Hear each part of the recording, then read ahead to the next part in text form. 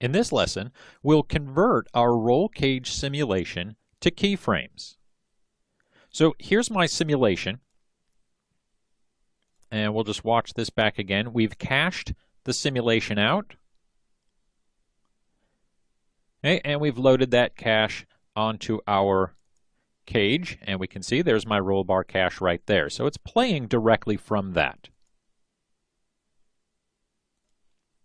Okay. Now what I need to do is convert this over to keyframes, and I'm going to show you why. So let's import our truck.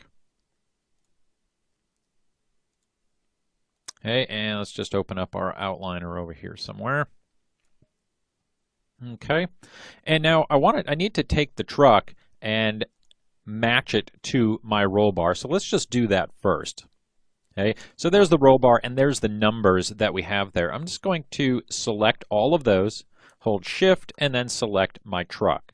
Now this works too because the truck is at 0.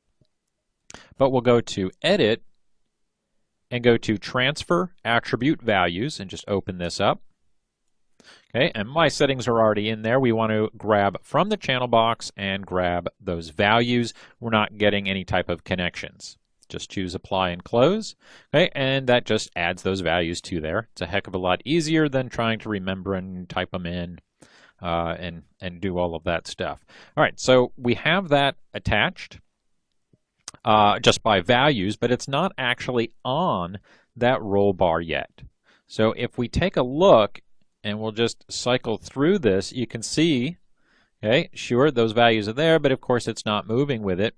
But if I were to take the truck and make it a child of the roll bar, okay, the same thing happens, nothing. Okay, this is because that roll bar is a simulation. Its transform doesn't move, only the geometry moves.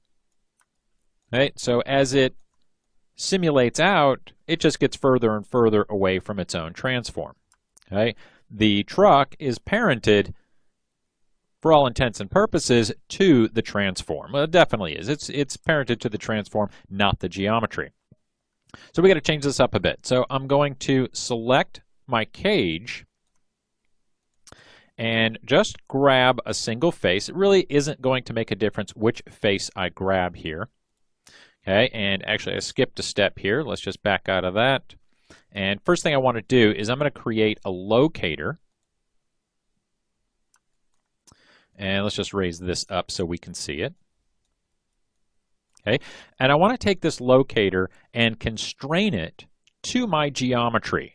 This way I'll be able to bake out keyframes directly to the locator. So I'll select a face. Then hold Shift, select my locator, make sure that I'm in the animation module, and go to Constrain, and choose Point on Poly. Okay, and threw it way down there at 0. That's not at all what I wanted, so let's try that again. I'm going to grab single face there. Oh, I've got the truck in there. Hang on, let's unparent that. That's going to make things a little screwy. So I'm going to select that face from the roll cage, and then I'll grab the locator and do Constrain Point on Poly. There we go. Okay, and so the locator is now positioned. It's over here in this corner of my roll bar, not on that face at all. Okay, now I don't care. That's really not going to make a difference, but I'm going to show you why it did that. Just in case if you definitely needed something to be accurately placed there. The point on poly constraint is based off of the object's UVs. So if we go into the UV texture editor, you'll see that the UVs for my roll bar are practically non-existent. They're sitting all on top of each other, so that's why the position of that locator isn't where we expected it to be. All right. If I were to lay out my UVs, then I'd get some accurate placement. But again, I really don't care. I just need a single transform. Okay, and now I've got it. So now when I play that simulation again, and we'll just select that locator, we can just scrub through here, we can see that the locator indeed follows with my roll cage. Okay, that's perfect. So now I can select the locator and go to Edit, Keys, and choose Bake Simulation. Okay, I'm going to bake out the translate and rotate. So we want selected. We'll do from channel box, time slider 1 to 300, base animation. All of this is good. Okay, and we'll choose bake.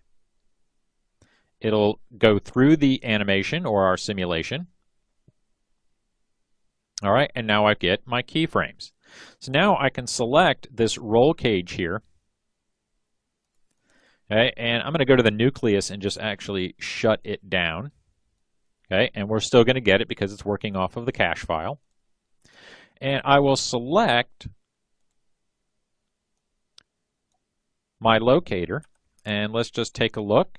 Okay, it still has the point on poly. Let's get rid of that and make sure, yep, the locator's still following it. All right, so now it is working off of keyframes only. Now the cage is still under the control of the simulation cache, but the locator is all just keyframes.